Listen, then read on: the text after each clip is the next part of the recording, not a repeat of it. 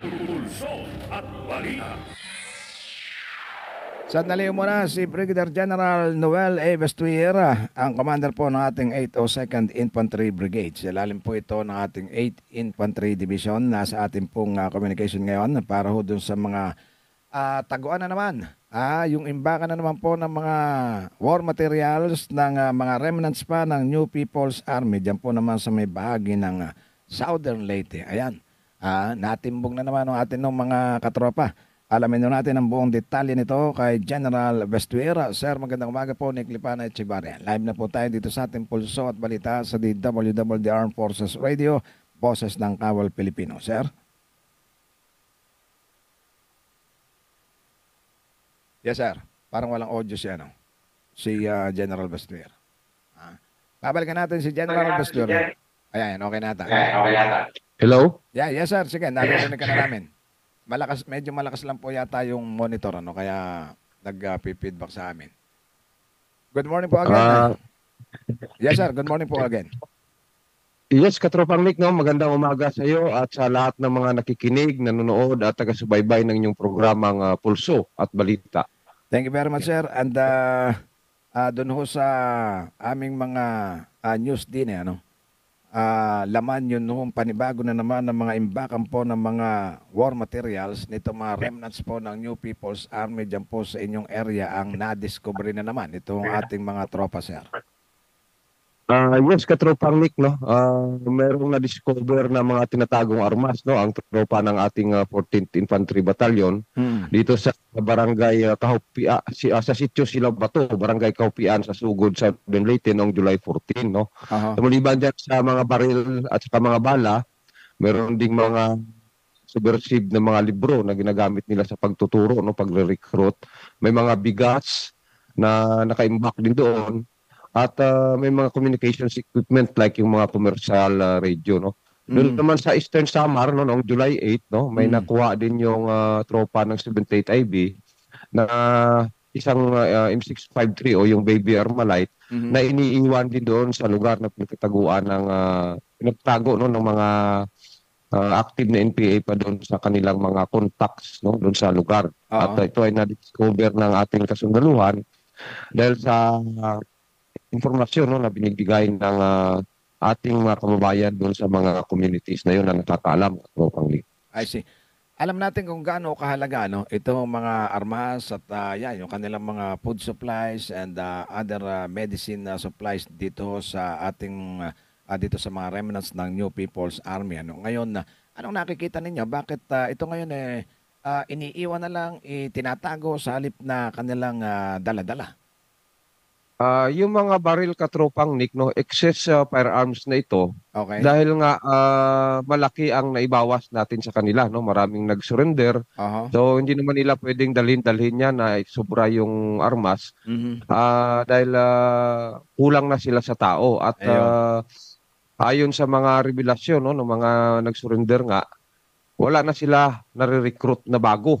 Kaya yun, iniiwan yung mga baril. Yung mga pagkain, sadyang iniiwan yan dyan sa lugar para meron silang makukuha habang sila ay tumatakas, umiiwas, lumalayo doon sa mga tropa natin doon sa ground, Katropang Nick. So talaga iniimbak nila. So ibig sabihin, ang tinutukoy mo, sir, is yung kawalan na ng miyembro na hahawak ng kanilang mga armas, kaya napipilitan na lang sila itong itago na muna at dahil wala na nga rin ma-recruit nga, ano?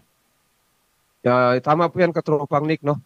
Dahil nga sa patuloy na mga ginagawa ng tropa natin sa ground, dahil na rin sa mga kababayan natin, no, na kakampi na natin, kakaisa na natin, no, particularly doon sa mga barangays, ay humihina na talaga ang kanilang suporta. Kaya yung mga dating ganito, no, na hindi natin nakukuha dati, hindi natin nalalaman, ngayon ay nalalaman na natin, no, dahil nga ang susi talaga dito yung kooperasyon at pagkakaisa ng ating mga kababayan sa laban natin na ito na totally, no, matapos na itong local communist conflict dito sa lugar na ating nasasakupan.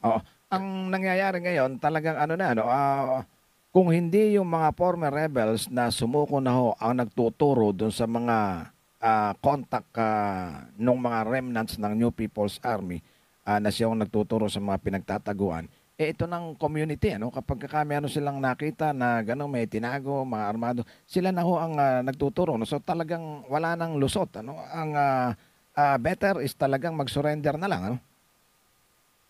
Tama po yan, Katropang Nick, no? Dahil ito ay epekto ng sinasagawa nating kampanya din, no? Na yung mga lugar na kung saan wala na silang influensya, wala na silang control, Oo. ay dinideklara na nating stable internal peace and security condition, yung mga lugar na yun. Oo. Kakibat nun, it's ang pagka-realize no, ng ating mga kababayan, particularly yung mga local leaders, no? O mga barangay captains, and even yung mga kabataan, no? At lahat no ng mga kababayan natin ng kanilang responsibilidad na panatilihin no na magiging peaceful ang kanilang lugar. So Mm. sa mga lugar na ito no hindi na nila kontrolado, ayaw na talaga ng ating mga kababayan na babalikan pa ito. So kung mayroong mga pinatagong armas diyan, mga pagkain, may mga kontak pa, ito ang isa sa mga dahilan na pwede pang babalikan. At yung mga kontak na yun ay pwede pang rekrutin, makapag-recruit pa ng mga iba, makapag-organisa uli kung tayo ay walang gagawin. At yun nga, kaya sinasabi natin na malaki ang ambag nito, no? Very vital talaga ang pagkakaisa ng ating mga kababayan. At yun ay no, nangyayari na dito sa lugar no, kung saan yung mga dating hindi natin nalalaman na natin.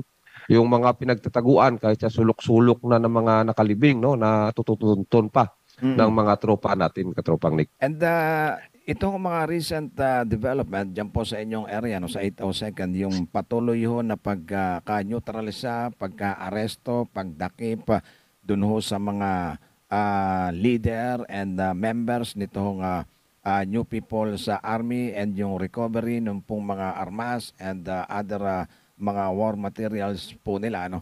So dito wala nang ano, no, parang wala na talagang kapupuntahan at malapit na sa dulo ng hangganan itong mga natitira pang remnants, ano, nitong itong remnants pa ng New People's Army diyan po sa area ng 802nd Brigade. Tama po yung Katropang Nick, no? Kasi kung i-analyze natin, ah, wala na silang nare-recruit. Oo. Tapos yung mga tao ayaw na sa kanila. Mhm. So, mga pagkain nilang tinatago, nakikita na. So talagang lalo silang ano no, lalo silang nahihirapan, Oh. naiipit. At kagaya nung palaging sinasabi natin sa ating analogy na para silang mga ibong lumilipad na kung saan naghahanap ng madadapuan and hindi sila makapaglipad forever. So dadapo at Oo. dadapo 'yan. Mhm. Ngayon kung dadapo sila doon sa mga lugar na ayaw na ng mga tao, wala na silang makuhang suporta. Mhm. Kukumbinsihin sila ng mga tao at ma-realize nila, baka yun ang magiging dahilan no, kung bakit nila ma-realize Mhm. ang walang kabuluhanan ng kanilang pakikipaglaban Aha. dahil wala na ang suporta ng taong bayan. So, yun din ang mga sinasabi no, ng mga bumaba na, yung nag-surrender na, kaya sila bumaba dahil wala nang patutunguhan ang kanilang pinaglalaban, Katropang Nick. So that is the environment no na gusto nating mangyayari dito sa ating mga lugar, at ito na ang sample na nangyayari na nga ito, at patuloy na ito na ginagawa ng ating mga kababayan doon. Mhm. Palagi natin itong sinusubaybayan, tinitingnan, pinapalo up para masustain itong ganitong sitwasyon sa ground no, Aha. para wala na silang madadapuan. At yun, kung wala na silang ibang choice no na logical choice na gagawin kundi bumaba na, dahil nakahanda namang tulungan sila ng ating mga kababayan, pati tayo, Mhm. at ng buong gobyerno natin, Katropang Nick. Kaya maganda yung ginawa ng 802nd Brigade, ano, yung ganitong estado ngayon nitong mga remnants pa ng New People's Army is kumbaga natap ninyo yung kanilang mga pamilya para kumbaga to reach out, ano, yung kanilang mga kamag-anakan na maipaliwanag itong seryosong kampanya ho ng ating gobyerno. And after noon, yung mga former rebels mismo ang talagang nakikipagtulungan sa inyo, no, para mahikayat din yung kanilang mga dating kasamahan na magbalik loob na rin dito sa ating gobyerno. So, katulad nung nangyari dun sa Apoy Platoon, ano? Yes, Katropang Nick, yun. Yung nabanggit ko kaninang nandun sa Eastern Samar, no, doon sa Borongan, no, sa interland boundaries ng dalawang barangay doon na kung saan doon nakatago yung isang M653 o yung Baby Armalite. Oo. Ang nakakaalam noon yung yung dating member din ng Apoy Platon. Okay, tama na. So, inanap nila yung pinagtataguan at doon, no, natuntun nga nila. Kasi sila ang nakakaano doon sa lugar, no. So, tama po yung sinasabi ninyo, no, na dahil hindi na nga nila kontrolado yung mga barangay, no, na dating mass base area nila, may ilan pa na mga tao na hindi sila matatanggihan, no. Tutulong pa rin sa kanila at isa dyan yung kanilang pamilya. Na since ang kanilang pamilya ay naghahangad na rin, no, na sila ay bumaba para magiging ligtas sila, matutulungan sila kaysa naman patuloy silang maghihirap doon na nagtatago sa kabundukan. Kaya tumutulong sa atin ito. Ano So, ganun pa rin yung mga kasalukuyang ginagawa natin katropang Nick. Inaalam natin kung sino pa yung mga dumudugtong nila. At yun yung dinudugtungan nila sa mga barangay, sa mga sityo, no? At yun yung isa sa mga tumutulong na rin sa atin para sa kampanya natin na kumbinsihin na silang bumaba na katropang Nick. ang assisting nga pati daw yung mga contact mismo ng mga remnants nitong New People's Army na natatakbuhan nila kapag nagigipit dun sa operasyon ng ating militar. Kumbaga parang nakuha na rin ng ating mga kasundaluhan na yung mismo mga contact ngayon na ginagamit nila noon, ito na rin, yung ng mga nagtuturo ng mga ipinatago sa kanilang mga armas, kaya wala na rin mapuntahan. Ano? Pagka po ganyan, yung mga nare-recover ho ninyo ng mga armas, sir, saan nyo dinadala? Anong ginagawa po ninyo? Ang ating policy dyan, no, i-turn over natin sa may sistema yan, no, na i-turn over natin sa nearest PSU, no, sa Forward Service Support Unit para ma-document. At inaalam, no, kung saan galing ito. Ito ba'y dating armas ng tropa na na-recover? Okay. O pinili nila or whatever, no, yung mga ganon. At para hindi na magamit. Ngayon, ang nag-surrender nito na NPA o unit militia ay magkakaroon ng firearms remuneration sa ilalim ng ating Enhanced Comprehensive Local Integration Program, katropang Nick. I see. So, ano rin yan, ano? Yung mga nare-recover after ng mga documentation na pagkaalam ko, dinedecommission din, ano? O sinisira din, ano? Hindi naman na ginagamit yan dito sa ating gobyerno, sa serbisyo, ano? Yes, katropang Nick, no?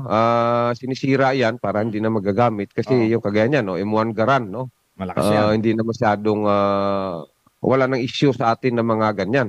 Yung nga lang, ginagamit pa rin nila dahil nga anong panahon ng malakas itong Garan dahil caliber 30 ito, pang snipe ito, katropang Nick. And ang isa pa sa kahalagahan yan, yung mga na-recover ninyo ng mga armas, since na malapit na ho yung 2025 midterm election, abay kung yan ho ay mapasa kamay ng ilang mga criminal elements, malaki magiging perwisyo din yan. Yeah, tama po yan, katropang Nick. Kaya kailangan na i-safe keep natin ito at meron tayong policy tungkol dyan sa mga paano natin i-dispose yung mga CCSR, no, confiscated, recovered firearms, katropang Nick. Ngayon po, anong pinagkakabalahan ninyo na maliban dito sa mga pagtugis dito sa mga maliliit na grupo na lang nito mga remnants ng New People's Army? Ano, paano ninyo ngayon sinusustain yun yung inyong operation para dito sa mga former rebels natin na nagsisuko and doon sa mga komunidad so that hindi na sila tangkay o hindi na sila muli pang ma-encourage o ma-engganyo?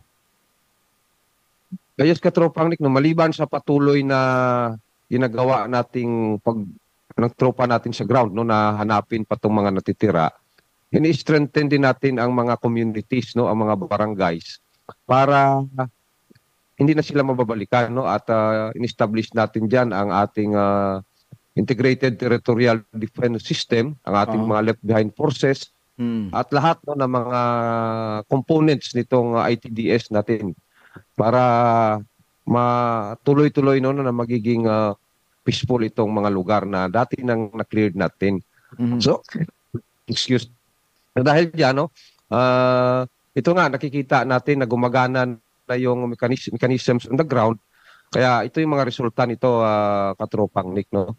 So ang kung gaano katagal sila, no, na mananatili diyan yung mga nalalabi na mga natitira pa. Kunti na lang talaga ito sila katropang Nick. Oo. Is depende doon kung gaano sila katagal magtiis sa Mhm. paghihirap, pagtatago, at wala na halos natitirahan, halos wala nang makain. Dahil umiiwas sila na masukol ng ating mga tropang naghahanap sa kanila.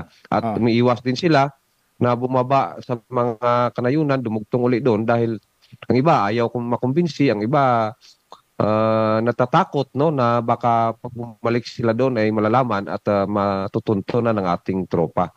Pero Oh. yung nga, kung gusto nilang bumaba, nakahanda tayong tumulong sa kanila, nakahanda ang kanilang mga kababayan, ang kanilang mga kaanak para sila ay i-facilitate, no, ang kanilang pagbaba para sila ay matutulungan, katropang Nick.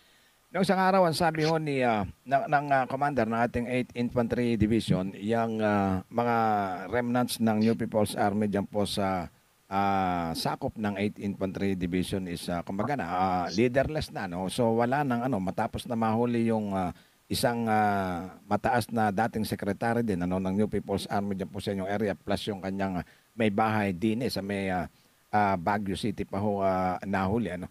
Diyan ba sa inyong lugar, kumusta ho yung mga remnants? Meron bang nagga-guide pa sa kanila or paano na ngayon ang kanilang ang direksyon? Sa bahagi ng Samar, no, sa area namin doon, yung isang sub-regional committee na Sesame, Mm. nakuha na rin natin yung kanyang leader doon, no, ang kanilang secretary noong January, no, nung namatay sa encounter yun si Martin Colima alias Muki. Aha. So ang monitoring namin diyan, no, may papalit siguro diyan, di pa namin na ano kung sino, baka yung asawa niya rin, pero Mm. ang kanilang direksyon, no, na nanggagaling sa region ay medyo nahirapan na sila mag-communicate dahil ang kanilang ginagawa ngayon is magtatago, katropang Nick. Dito naman Mm. sa Leyte, yung isang execo member nila dito na ano na rin natin. Tapos lilima na lang ang natitira dito sa dating platoon 2, no, na ang Oo. ano namin ngayon ay wala na, nagtatago na lang din, at yung mga Mm. nandito sa southern part ng Leyte, no, sila rin ay yun na rin ang kanilang ginagawa. Mm. So, kumbaga, ang direksyon ay hindi na nila napapatupad ang mga mando, no, mga kautusan ng galing sa region o nasa Ah. taas. Dahil nga sa sitwasyon ngayon na kanilang kalagayan na wala ng community na madadapuan Mm. at yun nga, for survival na lang ang kanilang ginagawa ngayon, katropang Nick. So talagang disabled na, and kumbaga itong yung iba hong natitira, ang sabi na lang is dahil na lang doon sa kanilang mga personal na nakukuhang advantage, ano, yung kanilang mga extortion activities, kaya hindi na raw makaalis, parang nangihinayang na. Ah, dati yun siguro, katropang Nick, pero sa ngayon, no, pati yung kanilang mga activities na yan ay halos Naharang na rin. nakokontrol na rin natin, no, kasi ang Ah. pinakapangunahing source nila Oo. ng kanilang pondo para doon sa kanilang operational expenses at saka suporta sa pamilya, yung OPEX at kaya Supamil, ay galing din sa mga kababayan natin kanilang konsolidado at naorganisa, yung tinatawag nilang butaw. Okay. Pero sa ngayon nga, dahil wala na silang areas na matatawag nilang konsolidado, nawala na rin yun. So kung saan-saan sila nag-extort, at yun pa ay inaalam din natin, no, para kung paano natin mapigilan ito. At tuluyan na mawala ang kanilang resources, wala na silang pambili ng pagkain, gamot at kung ano-ano pa. So magsusurrender na sila, katropang Nick. Yun nga, oh. Tsaka isang patunay dyan, yung, yung patuloy na suko po, at saka yung pagiging mapayapa nung area ng 802nd. Yun nung minsan nakikita namin kayo, pati doon sa mga malalayo, liblib na lugar ho, ng mga detachment ng inyong mga kapgo, nangunguna kayo sa pagdalaw doon sa kanila. Tama po yung katropang Nick, kasi gusto din nating makikita, no, ang kalagayan ng ating tropa, ano talaga ang aktual na mga pangyayari doon, at paano nila isinasagawa ang kanilang mga trabaho na patilihin, no, na magiging peaceful yung mga lugar na yon, katropang Nick. I see. Kailangan nating gagawin yon dahil nga ayaw nating ang lugar na dating pinaghirapan na ng mga tropa natin at ng lahat, no, ay mabalik uli nila. Oo. So, we will keep it that way. Teka, ano nangyari sa signal ni Sir? Ano? Parang nagkakaroon ng interruption. Ano? Dali lang. Pulso at balita. Pero lang po. Yan, sir. Medyo okay na uli. Oh. Hello? Yeah, sir. Oh, go ahead. Okay na. Yes, katropang Nick, no? Mm. Yung mic siguro, no? Nawala na ng battery, no? So, Oo.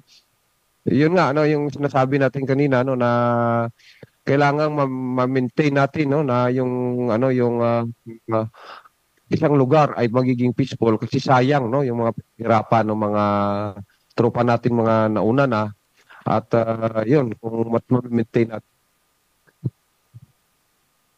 yung mga natin ay Yes, sir. Okay. Alas 7:48 ang ating oras. So, try ulit natin yung signal ni Sir. Sir, bago tayo maghiwalay, baka meron kang mga gustong pasalamatan po, idagdag mga upcoming activities po ng ating 802nd Infantry Brigade. Pulso at balita.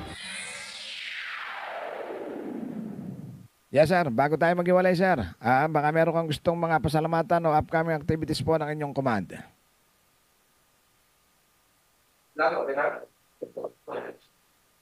hello. Yes, sir. Go ahead, sir. Go ahead. Yes, katropang Nick, no? Siguro pasalamat na lang ako, no, sa time na binibigay nyo sa amin, no? Palagi nyo kaming kinukuhanan ng ano dito. Malaga itong mga impormasyon na binibigay natin para sa kaalaman ng ating mga kababayan na nandito, no? So, ang aking siguro masasabi ko sa mga sa dito, no, sa mga kababayan naming Leyteño, Southern Leyte at taga Biliran, pati doon sa part, no, ng Samar at Eastern Samar, no, na napapasalamat ako, no, sa pakikisa ng ating mga kababayan at napapanatili natin, no, na magiging peaceful ang lugar na ating nasasakupan, no.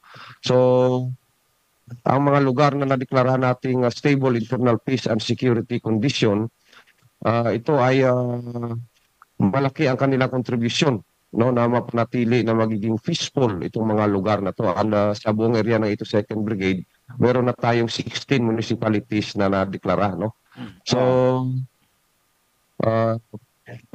patuloy ito, marami pa mga lugar na schedule pa nating i-declare at kung ma-declare natin yan, no, hindi napapayag itong mga lugar na to na babalikan pa ang kanilang lugar, no, para babalikan pa. So, mga natitira pang NPA dyan, no, dyan sa Samar, Eastern Samar at dito sa Leyte, uli, no, nananawagan ako sa inyo, kayo ay naghihirap na dyan, samahan nyo na, no, ang inyong pamilya dito sa baba, no, para magiging peaceful at ligtas kayo. Handa kaming tumulong sa inyo. Again, katropang Nick, no, maraming salamat sa time ngayong umaga. Tayo. Thank you very much kay Brigadier General Noel Eves Tuyer, ang commander po ng ating 802nd Infantry Brigade. Ilalim po yan ng 8th Infantry Division. Kape! Pulso at balita.